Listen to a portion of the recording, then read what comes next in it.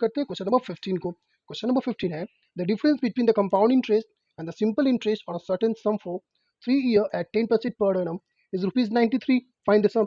ये भी same question है जैसे हमने लास्ट वाला क्वेश्चन बनाया, क्वेश्चन नंबर 14 सेम क्वेश्चन है ये। यहाँ भी क्या है कि कोई सम है, यानी कि जो प्रिंसिपल है कोई, उस पे 10% पर एनम के हिसाब से 3 ईयर के लिए जो एसआई है, और उसी सम पे सेम टाइम और सेम रेट ऑफ इंटरेस्ट पे जो सीआई है कंपाउंड इंटरेस्ट, अब दोनों का जो डिफरेंस है वो 93 है। जैसे लास्ट वाला क्वेश्चन में क्या डिफरेंस था, 90 था। सीआई और एसआई का जो डिफरेंस था वो 90 रुपीज था। इसमें क्या है, डिफरेंस 93 है ना। सेम क्वेश्चन है तो सेम तरीके से ही बनाएंगे, इसे भी सिंपल है। चलिए सॉल्व करते हैं इसे। तो यहाँ भी हम क्या करेंगे, जो प्रिंसिपल है वो पी ही मानेंगे। तो लिखते हैं let the sum be rupees P. क्या मान लिया हमने, सम को पी रुपीज मान लिया। ओके, तो जब ये सम पी है तो एसआई फाइंड करेंगे हम। तो क्या होता है फॉर्मूला एसआई का, P into R into T by 100, यही होता है फॉर्मूला। ओके, तो पी कितना है, पी, क्योंकि हमने पी को पी ही माना है यानी प्रिंसिपल को। रेट ऑफ इंटरेस्ट कितना है 10, और टाइम कितना 3 ईयर के लिए बाई 100। तो क्या हो जाएगा, 10 को 3 से मल्टीप्लाई, कैंसिल भी कर सकते हैं यहाँ पे, लेकिन मैं कैंसिल नहीं कर रहा हूँ क्योंकि बाद में थोड़ा इजी होगा कैलकुलेशन करने में, इसलिए। तो 10 3 30, और ये पी का पी और बाई 100, ये निकल गया क्या एसआई, यानी सिंपल इंटरेस्ट निकल गया ये। अब हम क्या फाइंड करेंगे, सीआई। उसके बाद दोनों का डिफरेंस देखेंगे कि 93 है। ओके, तो निकालते हैं आप नाउ। क्या निकालेंगे, सीआई। तो उसके लिए क्या फॉर्मूला होता है अमाउंट का, पी 1 प्लस आर बाई 100, और ये एन। तो प्रिंसिपल कितना पी ही है, 1 plus rate of interest 10 by 100 हो जाएगा, और टाइम कितना है 3 ईयर के लिए। ओके, अब करते हैं, पी का पी हो गया ये। अब ये भी बाई 1 है, तो 1 और 10 कैल्शियम, सॉरी 100 कैल्शियम 100 ही होगा। 100 1 जा 100 और 10, तो ये हो जाएगा 110, और ये 3।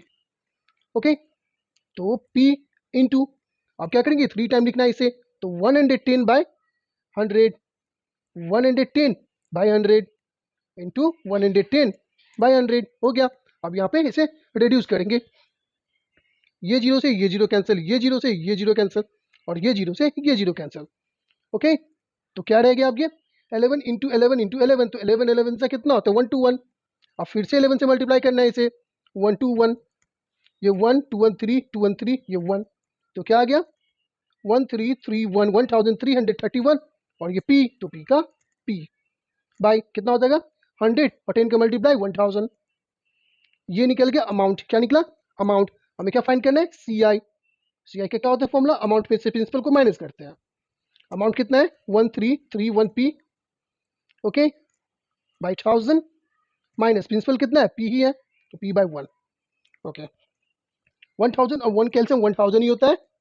1 को जब इससे मल्टीप्लाई करेंगे तो 1331 P, ओके, माइनस 1000 को P से मल्टीप्लाई करेंगे तो 1000 P इज इक्वल टू, यहीं कर देता हूँ, जगह है। ओके, अगर आपको जगह है तो ऐसे ही सीधा बनाएंगे, मुझे तो समझाना रहता है इसलिए मैं ऐसे लिख देता हूँ। ओके, अगर आपके पास जगह रहेगा तो और भी अच्छे से सीधा लिख सकते हैं। चलिए करते हैं माइनस, फिर यहाँ पे तो ये 1 है, ये 0 है, तो 1 ही रहेगा। ओके, ये 3, ये 0, तो 3, ये भी 3 है, ये 0 है, तो 3 रहेगा, और 1 में से 1 गया तो कुछ भी नहीं, और ये P का P हो गया, और नीचे कितना है 1000, मीन्स कि CI भी निकल गया। क्या क्या फाइंड हो गया हमें, SI फाइंड हो चुका है और CI भी मिल चुका है हमें। अकॉर्डिंग टू क्वेश्चन दोनों का जो डिफरेंस है वो 93 दिया हुआ है। किसका डिफरेंस, CI और SI के बीच का जो डिफरेंस है वो है 93। ओके, तो करते हैं पुट, CI कितना निकला 331 P, okay, by 1000, minus SI कितना है 30 P बाई 100, और डिफरेंस कितना है दोनों का 93 बाई 1 करते हैं। ओके, अब यहाँ पे ये इक्वेशन बन गया, इसे सॉल्व करके P का वैल्यू निकालेंगे और वही हमारा आंसर होगा। ओके, करते हैं। तो 1000 और 100 कैल्शियम 1000 ही होगा। ओके, 1000 को 1000 से डिवाइड करेंगे तो 1, और 1 को 331 से मल्टीप्लाई करेंगे तो 331 P, माइनस अब 1000 को 100 से डिवाइड करेंगे तो 10 आएगा, और 10 को 30 से मल्टीप्लाई करेंगे तो 300 P हो जाएगा। ओके, और ये 93 बाई 1। ओके, अब करते हैं माइनस, 331 P में से 300 P को माइनस करेंगे तो क्या आएगा 31 P। ओके ना, और ये नीचे 1000 इज इक्वल टू 93 बाई 1। अब है इक्वल, इक्वल में क्या करते हैं क्रॉस मल्टीप्लाई करते हैं, और ऊपर से ऊपर कुछ कैंसिल हो रहा है तो करते हैं, नीचे भी कुछ कैंसिल हो रहा है तो कर सकते हैं। ओके, यहाँ पे कैंसिल हो रहा है, कैसे देखिए 31 है और ये 93 है, 3 टाइम में ये पूरा कैंसिल हो रहा है, कैसे देखिए 3 1 3 और 3 3 9, मीन्स की 31 3 93 हो गया ना, 3 1 3 और 3 3 9। अब क्या रह गया, p को 1 से मल्टीप्लाई करेंगे तो क्या आएगा, p आएगा ना, p 1 सा p, और 1000 को 3 से मल्टीप्लाई करेंगे तो क्या आएगा 3000। ओके, तो p का जो वैल्यू है वो क्या निकल गया 3000, और p हमने किससे माना था, प्रिंसिपल को, यानी कि सम क्या था, p माना था हमने, और p का वैल्यू निकल गया 3000, मीन्स की 3000 ही है वो प्रिंसिपल, जिसका SI मतलब CI और SI का जो डिफरेंस है वो 93 है। आई बस में सिंपल क्वेश्चन था, क्वेश्चन नंबर 14 के जैसा ही था, बस जो डिजिट था, नंबर था, वो थोड़ा चेंजेस था। ओके, आई होप कि अच्छे से समझ में आ गई होगी आपको। ओके, तो देखते हैं फिर नेक्स्ट क्वेश्चन करते हैं, क्वेश्चन नंबर 16 को। क्वेश्चन नंबर 16 है, a sum of money amounts to rupees 10,240 in 2 year at 6 whole 2/3% per annum compounded annually, find the sum। Means कि यहाँ भी क्या है कि कोई सम है, यानी कि कोई प्रिंसिपल है। ओके, तो जिसका 2 ईयर और ये रेट ऑफ इंटरेस्ट जो है 6 और 2/3% के रेट से 2 साल में वो कितना हो गया 10,240 रुपीज़ हो गया, यानी जो भी प्रिंसिपल था, ये जो भी सम था, जितना रुपया था, वो 6 होल 2/3% के रेट से 2 साल में 10,240 रुपीज़ हो गया। ओके, तो फाइंड द सम, तो हमें क्या फाइंड करना है कि वो जो प्रिंसिपल है, यानी कि मनी कितना रुपया था, वो फाइंड करना है हमें। आई बस में फिर से समझते हैं कि कोई सम है, यानी कोई प्रिंसिपल है, जो 6 होल 2/3% के रेट से 2 साल में 10,240 रुपीज़ हो गया है। ओके, तो हमें फाइंड करना है कि वो कितना सम था, यानी कितना रुपया था, प्रिंसिपल था, ये फाइंड करना है हमें। सिंपल क्वेश्चन है, तो यहाँ पे क्या करेंगे, जो पूछा गया हमसे, ये फाइंड द सम यानी कि प्रिंसिपल, तो प्रिंसिपल को हम पी ही मान के बनाएंगे। ओके, चलिए सॉल्व करते हैं, तो लिखते हैं लेट द सम, सम हम क्या मान लेते हैं, बी रुपीज पी, क्या मान लिया हमने, सम मान लिया पी। ओके, तो क्या होता है अमाउंट का फॉर्मूला, उसी फॉर्मूले का यूज करके बनाएंगे। अमाउंट का फॉर्मूला होता है A P into 1 plus R by 100, और ये हो जाएगा एन यानी कि टाइम।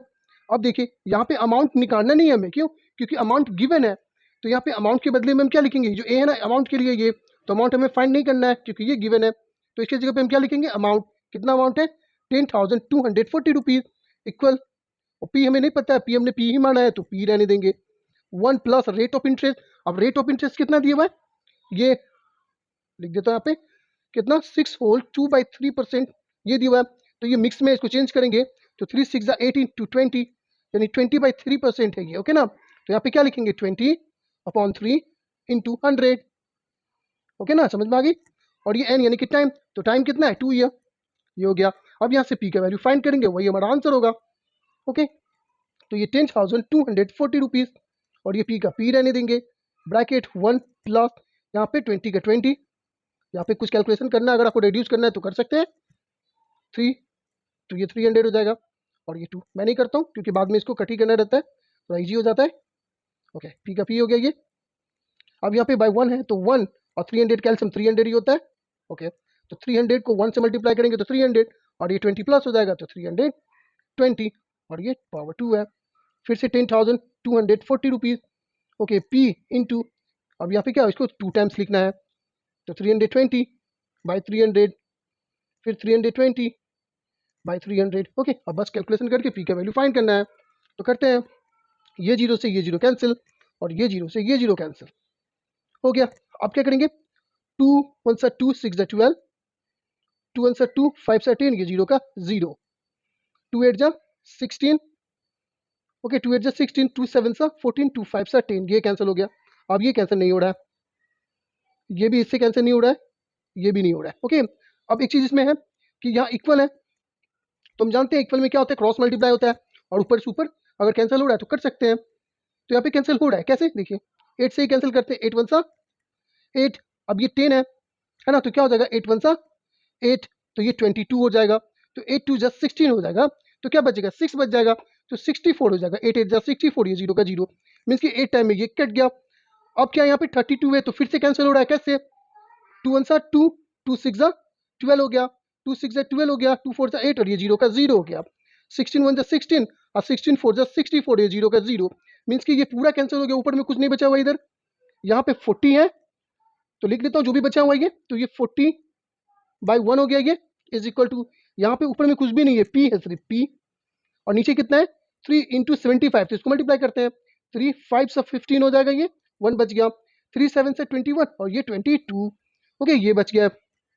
ओके कैलकुलेशन बस होना चाहिए सही, तो ये आंसर आपका सही आएगा, है ना। ये भी एक प्रोसेस है रिड्यूस करने का, और आप अच्छे से रिड्यूस कर सकते हैं तो आंसर आपका बिल्कुल सही आएगा, है ना। तो आपको जैसे रिड्यूस करना है वो कर सकते हैं जिस भी टेबल से आपको ईजी लगे, है ना। चलिए करते हैं फिर, अब इक्वल है, क्रॉस मल्टीप्लाई करते हैं, तो पी को जब 1 से मल्टीप्लाई करेंगे तो पी होता है। अब 40 को मल्टीप्लाई कर ले 225 से, तो 4 5 से कितना होता है 20, 4 2 जा 8 2 कितना 10, 4 2 जा 8 1 9, और इसका एक 0, तो पी का वैल्यू क्या निकल गया 9000, ओके। और हमने पी किसे माना था, सम को, यानी कि प्रिंसिपल यानी कि पी, तो प्रिंसिपल कितना निकल गया 9000 रुपीज, और यही आंसर हो गया। आई बात समझ में, है ना सिंपल। स्टेप बाय स्टेप ऐसे ही बनाते रहिए, क्वेश्चन को जब तक आप समझेंगे नहीं ना तब तक ये क्वेश्चन सॉल्व नहीं होगा आपसे। तो सबसे पहले क्वेश्चन को पढ़ना है, देखना है कि वो क्या पूछ रहा है, तो जो भी पूछ रहा है तो उसके लिए हमें जो भी चीज़ चाहिए उसमें देखिए कि गिवन है या नहीं है, तो गिवन है तो वो लिखेंगे, अगर नहीं है गिवन तो वो हमको निकालना होता है, फिर निकालेंगे। आई बात समझ में, चलिए देखते हैं नेक्स्ट क्वेश्चन फिर।